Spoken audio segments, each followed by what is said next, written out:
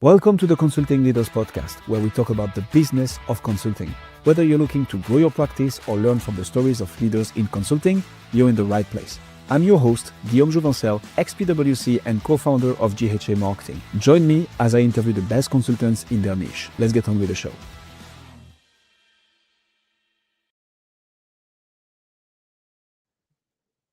Thank you so much for coming on Consulting Leaders. Let's just jump straight into it. Sure. What got you into the world of thought leadership and content monetization? Yeah. So what got me into the world of thought leadership was the realization about a little over 20 years ago that two parts of how I operated that I thought were very different actually weren't. So on the one hand, I've always been very entrepreneurial, love to build businesses and scale businesses and grow businesses. And I've been doing that for 35 years. But then the other side of me was, before it was called thought leadership, the term I would use would be nerd, right? I was always just consuming as much stuff as I could, and books, magazines, whatever, more for the purpose of being a better entrepreneur and a better business leader. And I never thought the two had a connection, but I got brought in 20 plus years ago to do a turnaround at a communication consulting company. And that was a company that was a global company based in Australia, $60 million worth of annual revenue. And it was actually based on a book that somebody wrote in the 1960s. So it got me thinking, like, wait a minute, I've read hundreds, maybe thousands, definitely at this point in my career, thousands of business books and articles and seen people speak, but never up until that point did I stop and say, what's their business model, right? Because I didn't really care. I bought the book and I would take an idea from it or two and play with it and do that. And now that's really all I do is work with authors and thought leaders and academics and say, what's the business model? What's the market for this? How do we extract the most value from the highest quality intellectual property that we can? So let's dig a little bit further into this. What would you say is the problem that you help solving now? Yeah, so that's a great question. So the problem that we're solving now, first I'll tell you who we solve it for, because that helps clarify. So the Yeah. who is, we work exclusively with nonfiction authors, keynote speakers, thought leaders, academics, small to mid-sized consultancies, and then a bunch of founders, CEOs, senior execs at public and privately traded companies. So all of those people that we work with are creating or would like to create thought leadership that's of value to the business community. So if it doesn't fit into that bucket, we're not anywhere near it. So for those people, the problem that we're solving is, how do they scale and leverage their work to either get more impact in the world, or it could be both, generate more income with their work. So how do you help do that? Yeah. So we're pretty process driven on the front end. So the first thing that we do for and with our clients is develop a strategy, because in the absence of a strategy, you don't have clarity. And if you don't have clarity, you don't have the mechanisms in place to allow you to effectively prioritize what you could do, would do, should do against a set of goals. So, my clients are really passionate about their work. They love the research, they love the writing, whatever. And they have a tendency to say yes to too many things, right? Because it's interesting to them intrinsically, or it sounds like something that might be fun. But you've got to have that strategy that enables you to figure out where you're going, how are you going to get there, who are you going to serve, where you fit in the marketplace, what's your product roadmap, et cetera, right? You wouldn't get in the car one day and decide to drive 800 miles without having some sort of a plan. Even if the plan was type an address in Waze, that's still a plan, right? You help, I like that. And that makes a lot of sense. So a ship with no cap or no direction Yeah. ends up, I don't remember the expression properly, but you fill out the gaps. So you help them define a strategy of what a converting, actually impactful content strategy and thought leadership strategy will be. Is that correct? I would say yes, with one clarification. I don't use, and it could just be a language thing, I don't use content strategy and thought leadership strategy as they're not the same thing. Okay. So to Develop on that. me, yeah. So thought leadership is thought leadership, right? It's the content that is leading the conversation in a specific space to where it needs to go. And it's based on either experience or research or integrating two different bodies of work, or whatever the case is. There's lots of ways we could build thought leadership. Content marketing and content strategy is different, is very, very different. And it's not so much that one is better than the other. They just serve a different purpose. So if I was in the business of selling this pen, there's probably not a lot of thought leadership that I would put out around why this is a great pen, right? That would not make sense unless it was something breakthrough and revolutionary, which I haven't seen. But I could put a lot of content marketing behind this pen that says, it looks good, it does its job, it's whatever it is, and put that out in front of the folks that I'm trying to influence, the buyers, so that the pen becomes top of mind. But thought leadership, that's not. Okay. Thanks a lot for the nuance. I think it's an important one, and that's gonna get straight into that's a perfect segue for what we want to focus on here, which is obviously the business of consulting. We are not selling pens. We are not selling, stickers, whatever. It takes a deeper level of understanding, trust, and authority for B2B coaches and consultants to get people to buy their stuff, their services. So that's right.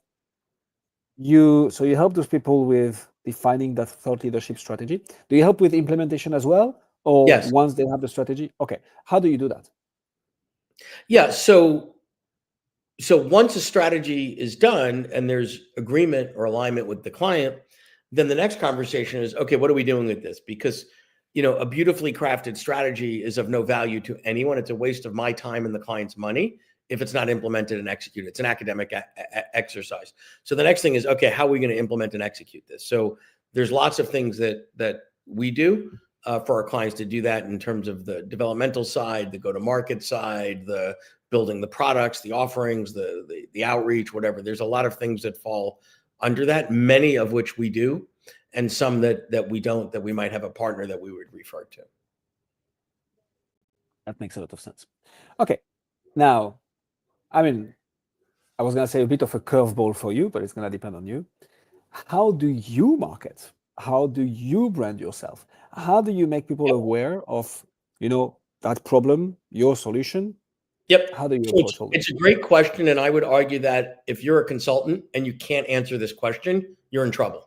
Full stop. You're in big trouble, because there are other people out there as smart or smarter than you, as connected or more connected than you, as good or better than you. So if you don't know how to market, and this is where most, I think, smaller consultants struggle, fail, get frustrated, whatever, because the ability to do the things that a consultant does, understand information, synthesize information, create report, that's great. There's a million people that do that. So the question is, from a marketing standpoint, what's your marketing plan? So there's three ways for us, and they evolve a bit over time. The three ways the clients find us. Number one, inbound. So we have a lot of content that's out there, whether it's our podcast that we just celebrated 8 years and 700 episodes, shows like this that I do that I'm a guest on a regular basis, articles that we've written, places I go and speak. Like, there's a lot of what I call strategic mousetraps, where I'm putting our ideas in front of the people that matter. Because the reality is 99.9% of the world couldn't care less about who we are and what we do. And that's really good, because it lets me think about that 0.01% and really, really get laser focused on them. So we've got all these strategic mousetraps out there. Somebody steps in the mousetrap, they go, ouch. They look up and they go, oh, that's interesting. And either they'll look through more content, read more things, or reach out to us. So that's the inbound. Then we've got targeted outbound. I have an internal marketing team, and I usually have at least one agency on record doing various things on the outbound side. We know, because we know our clients, not just not just demographically, but psychographically, and we know milestones that are important to them, right? So we know where to find that, right? If a C-level executive that's published a book changes jobs, we're going to find that. If somebody announces they've got a publishing deal, we're going to find that. If someone is the founder of a consulting firm, one of our target markets, and is contributing for Forbes or doing a TEDx talk, we're going to find that, and we're going to do the outreach. And then the third is good old-fashioned referrals, right? So I've been doing this a long time. I've built a really nice network of people I admire, trust, and respect that we refer both ways. So it's really, really good to say, put the client at the middle of the universe, and say, who else are they going to? It might be, in my case, a publicist. It could be a publisher. It could be an intellectual property attorney. It could be, somebody that builds out product for thought leaders. There's lots and lots of different things. And as long as we can put the boundaries around how we do this, cross-referring is great, because the close rates on those are really, really high. Somebody comes in from a referral of someone that they've worked with, spent a lot of money with, admire, whatever, we'll have a 95% close rate on that. Okay, so there is a lot of golden nuggets in there. So I want to double down on a couple of them. First of all, if you're a consultant who doesn't know how to answer to this question, you're in trouble. Amen. I think it's not a bug, it's a feature of the consulting journey, because when you start, you're going to be so focused on delivering excellent work. This is our job as consultants, to deliver excellent work, to be perceived as the SME, to over-deliver, to get more engagements with the same clients. And then we are positively reinforced by that, because those clients will refer us to other clients. So we don't really have to market ourselves. Most of our business comes from referrals. But then once you want to take the next step, go ahead. I want to add to that, because I think I call it the curse of the first timer at the casino. So more often than not, we've all have a friend that goes to the casino in Las Vegas, or wherever in the world they may be, and it's their first time there, and they don't know anything about anything, right? And they go with a, quote, experienced casino goer that knows how to play the games. And the person that doesn't know anything wins, right? And they might win big, but not win big, but they win. So what do? It reinforces a behavior like, I like casinos. I want to go back and back and back. So often what happens with somebody that first goes into consulting from, say, having a corporate job or whatever the case is, they don't have to think about sales and marketing, because they put the word out to their network. They get a couple of gigs. It's only one person. It doesn't take much to fill a book of business. And that first wave of work does what you say, leads to the second wave of work, inevitably. And it will always happen. That is not a sustainable driver of long-term business success. It will get you maybe 6 months, maybe 18 months, 2 years at most. But eventually you're going to hit a point where it's like, crickets. How do I get those clients? And it's better to wrestle with that issue before you need it than when the well is running dry. Amen. And this is where setting up a new acquisition channel, you don't need to have all of them, right? You just need one or two that works. And back to one of the things you mentioned, Peter, the laser focused on who actually matters. Yeah. There is a trap that people fall into as well, which is aiming for the big numbers, right? The ego stroke of getting lots of views, which is a vanity metric, which is not actually getting you business.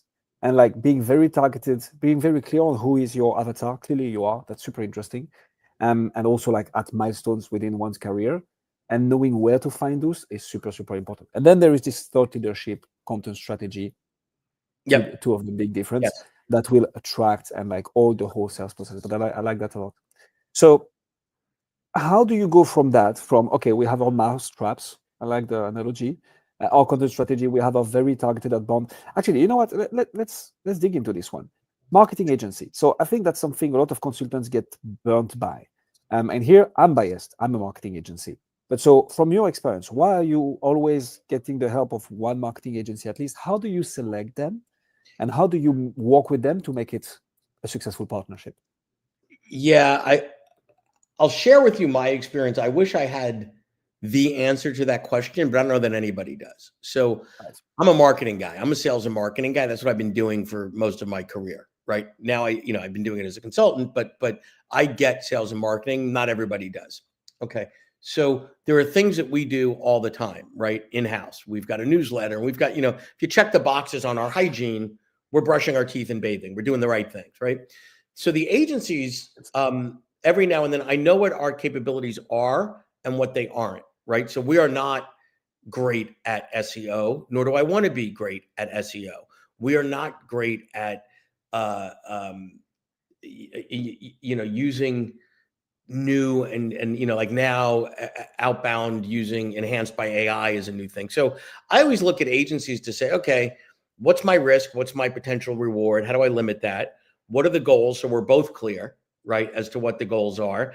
And, my results have been mixed. I've had times where I've worked with agencies where I'm like, oh my God, for like every dollar I give them, they give me 100. I love this.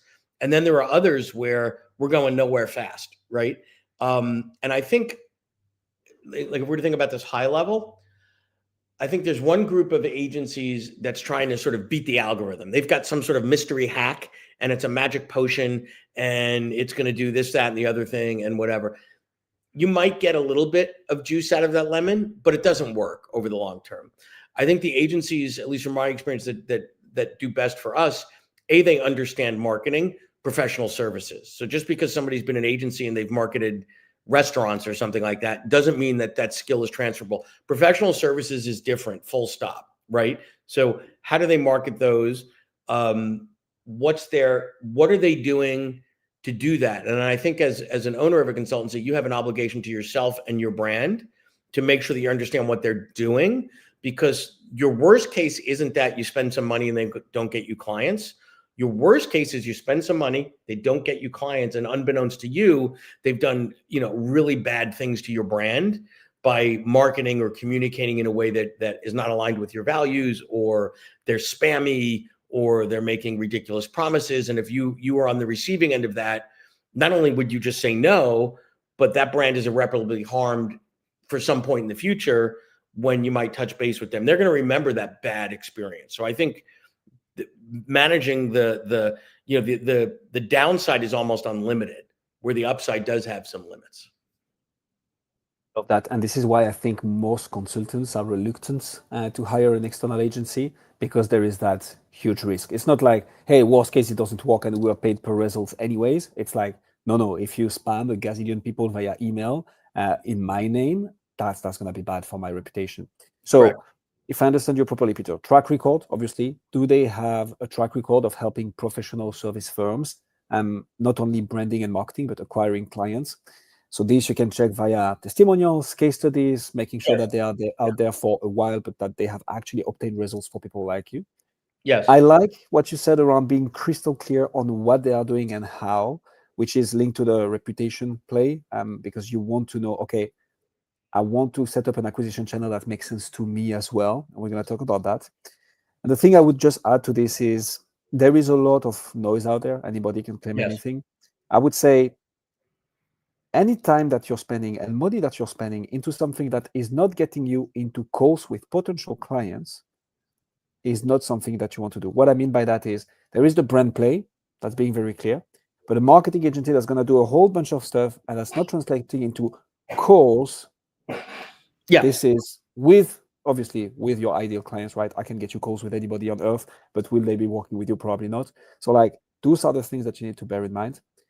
How do you make sure you hire an agency that leverages your strength without doubling down on your weaknesses, Peter? Yeah, I mean, that's really the gist of it. So I think you can protect the weaknesses. I think if you do your due diligence, you can find out fairly easily if they're reputable, if their tactics are aligned with your values and your brand. And I think a lot of consultants come out with I don't know all that much about marketing, so I'm going to hire them and just trust them, like you might with an attorney or an accountant. And I would say, yes, and the end is understand. Have them explain to you. Say, listen, explain to me like I'm 8 years old what we're doing, how we're doing it, and why this works, right? And if it's mumbo jumbo or nonsense, or it doesn't make sense to you, or it's about, they're smarter than Google and can hack an algorithm, I would swipe left next, So, I hope that answered your question. Yeah, no, it does 100%. And that takes time. I think the answer is also that takes time. You're not going to have a call with an agency, get rock and rolling the day after and get results the day after that. It's like due diligence, making sure it's aligned with your value, and then the proper time to set it all up and making sure that it's aligned with what you want to do to get new business. Yeah, and so that's I would also say realistic expectations reciprocally, right? So you could have an agency that's really, really good. And if your expectation is, that's great, I'm going to write, a couple months worth of retainer and in 3 weeks I'm going to get, $1 million client, that's delusional, right? You will also want to understand from them not so much what their methodology is, but hey, this is what an average client looks like to me. This is the average value. This is my current sales cycle. How do we layer what you're doing into that? Because all of a sudden you're not going to get me, clients if we start on Monday on Friday.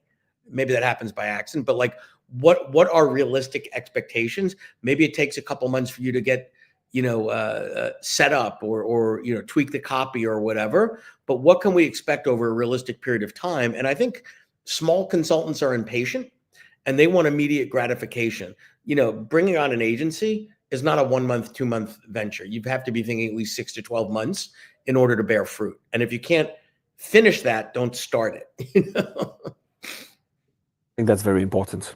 I think this is key. Like, I understand you want to see results. What I would say is what you want to see is progress, especially in that time frame of 3 to 6 months, right? We are talking about high ticket sales. Most consultants talk about 6 figures engagements, if not more. Like, this can't happen overnight. Yeah. So that's how you market and that's how you brand. In your case, Peter, how do you bring this? How do you go from, okay, we've made our ICP aware of ourselves and of their problem. We know exactly where they are in their journey, about to give a speech at a TED Talk, just got published or are on their way to get published. How do you get them from that to, hey, SOW, letter of engagement, we rock and roll? So how do we sort of bring them on, or how do we sell to them? Is that the question? What's the sales motion like? Yes. How does it look like to go from, marketing branding to actual closing and working with the client?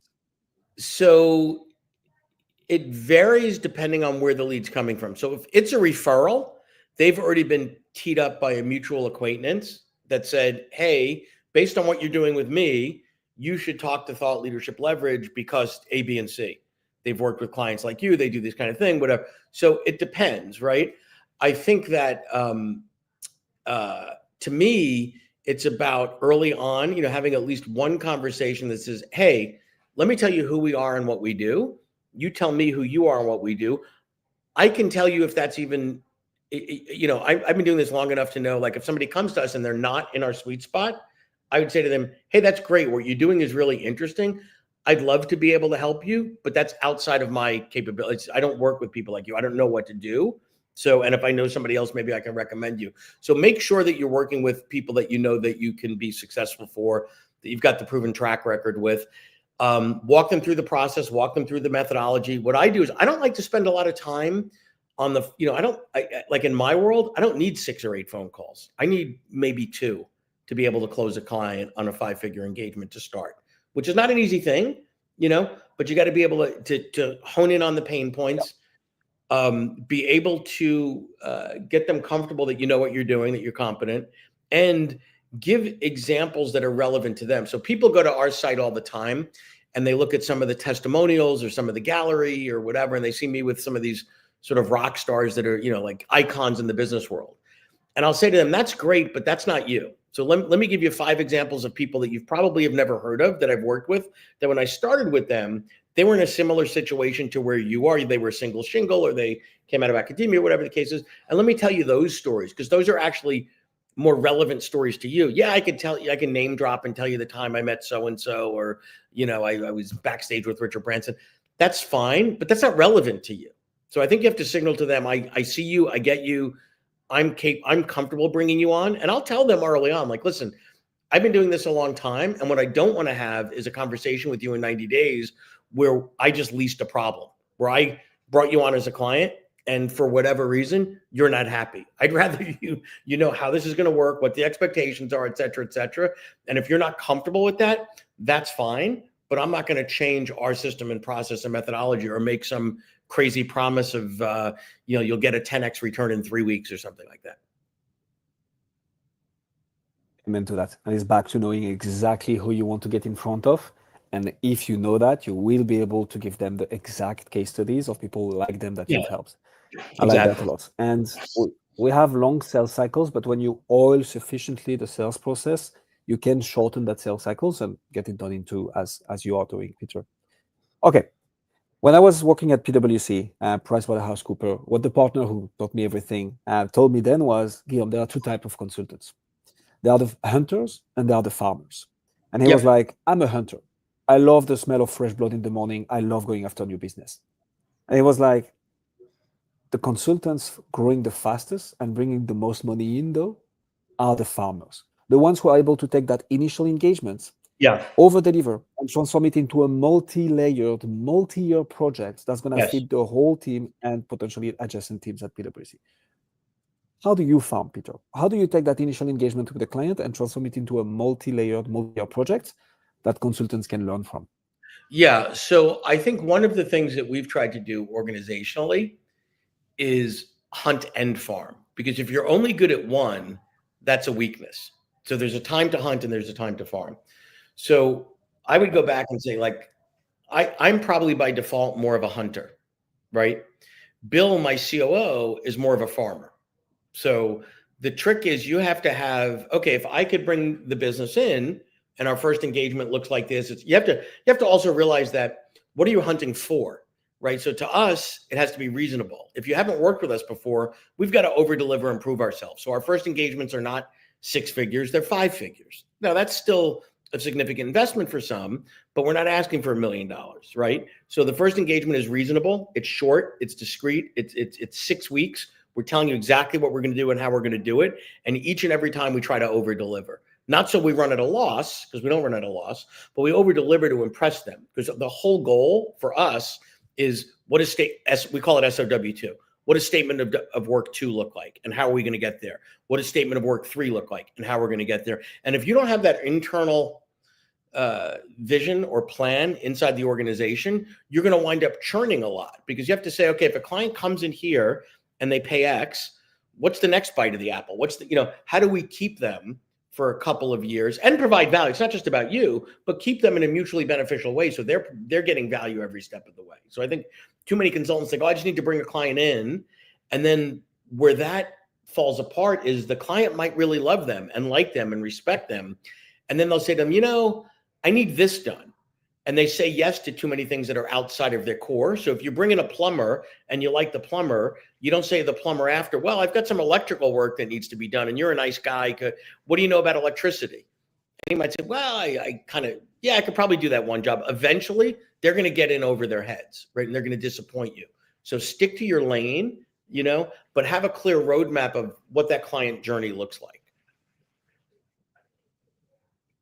The promise, over-deliver, do it enough times, ideally at each milestone. And the only one thing I would add, Peter, so I love this, obviously, I would say document everything, so that, because you're going to get the clients through so many things, so many deliverables, so many milestones, that at the end of that first SOW, you're able to say, hey, look, this is where you were then. This is where you were when we arrived there. This is what you said here in that meeting after we delivered that. Yes.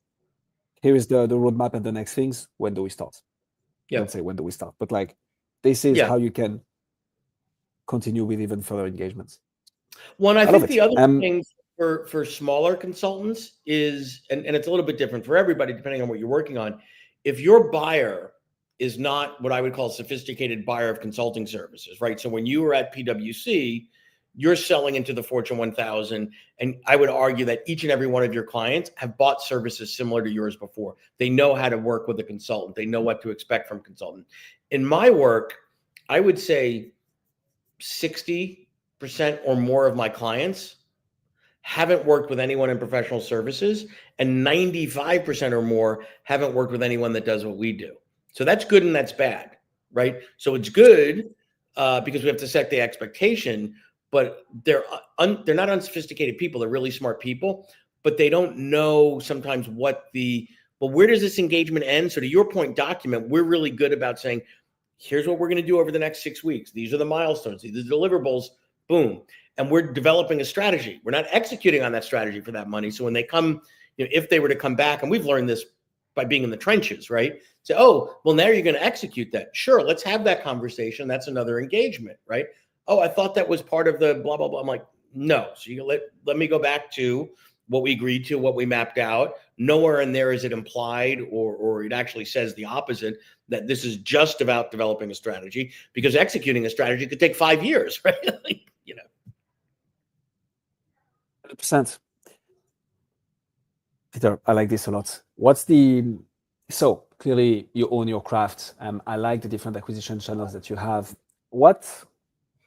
Where would you say you're stuck right now? The reason I'm asking you this is we will have some consultants listening to us right now, or when the podcast go live on the podcast platforms, who might be stuck at the same point in their business. I think it's always great to hear from your peers how they think about the problem and how they go about resolving it. So in your case, what would that be? What are you working on right now to unstuck a specific aspect of your business? Yeah, I wouldn't call it stuck per se, but there are two things going on now that we're thinking about a lot. One is, how do we scale? How do we do more, right? That doesn't require, because consulting is like, quite frankly, not a great business model, right? No matter what you do, the margins can only be so much, right? You'll never get the valuation or the margins of a tech company, right? They just, 25, 30, 35%, you're crazy, like that's top of the line. So at some point, it's a matter of hours in and hours out, whether you're pricing that way. And that's a whole nother question, never to do that. But, it's a function of time and pricing. So one is we're figuring out some other ways to scale based on our models and our methods and our frameworks that we've built over the years. The other thing we're thinking about is we're hearing a lot, we're seeing a lot, we're experimenting a lot with AI. So I had a potential client a couple of weeks ago that said, well, why would I hire you? I can just have AI do that. I'm like, you could clearly do that, but here's where I see you are in your business, right? You've spent 15 years doing this. You're here. The next 2 years are critically important because of things that you told me. The opportunity cost is this. If you're going to trust that to chat, I wouldn't. If this is the most important thing to you in your business, are you going to trust it to chat? Now, maybe you can get some level of comfort and get some information. Like chat's really good for things that are that have been done before, that are not as bespoke. Because what we do is really, really bespoke. So if I were to go to chat and say, create an email marketing plan for me to market diapers to new moms, it would probably be 60, 70, 80% okay, which is better than staring at a blank slate. So I think, the threat that AI brings and the opportunity that it brings, and some folks, and maybe some of this is generational thinking, well, I'll never need a consultant again or a professional services advisor or a lawyer again. I can just go to chat for everything. Well, you can, but if I were about to engage in the biggest deal of my career, would I worry about saving, 10 or 20 or 30 grand on a lawyer by using chat and risk, tens of millions of dollars? Probably not. Into that. I mean, that's a whole other discussion, a whole other episode, Peter, but I love it. The impact of AI in consulting, I know something a lot of consultants are worried about, lots of opportunities, lots of risks. I think that was an absolute masterclass. And let's see if we do an encore for an AI focused in consulting episode. Peter, if people want to find out more about you, what you do, where should they go? Yeah, so they can go to the website, which is thoughtleadershipleverage.com. And you could email me directly at peter@thoughtleadershipleverage.com. And we're on all the socials you'd expect. We have a pretty strong presence on LinkedIn and YouTube and the usual places you'd find someone like us. I would expect nothing less from someone who helps people with thought leadership. Well, I can say for sure that you've earned at least one connection from this interview. Peter, I just added you on LinkedIn. Thank you so much for coming on Consulting Leaders, and we'll put all the links in the description. Thank you. Welcome to the Consulting Leaders Podcast, where we talk about the business. Thanks for joining us on this episode of the Consulting Leaders Podcast. We hope you learned valuable lessons on how to grow your practice and take your business to the next level. Make sure to subscribe and leave us a review wherever you're listening to this show so you never miss an episode. To apply and be a guest on the show, click the link in the description. See you next time. So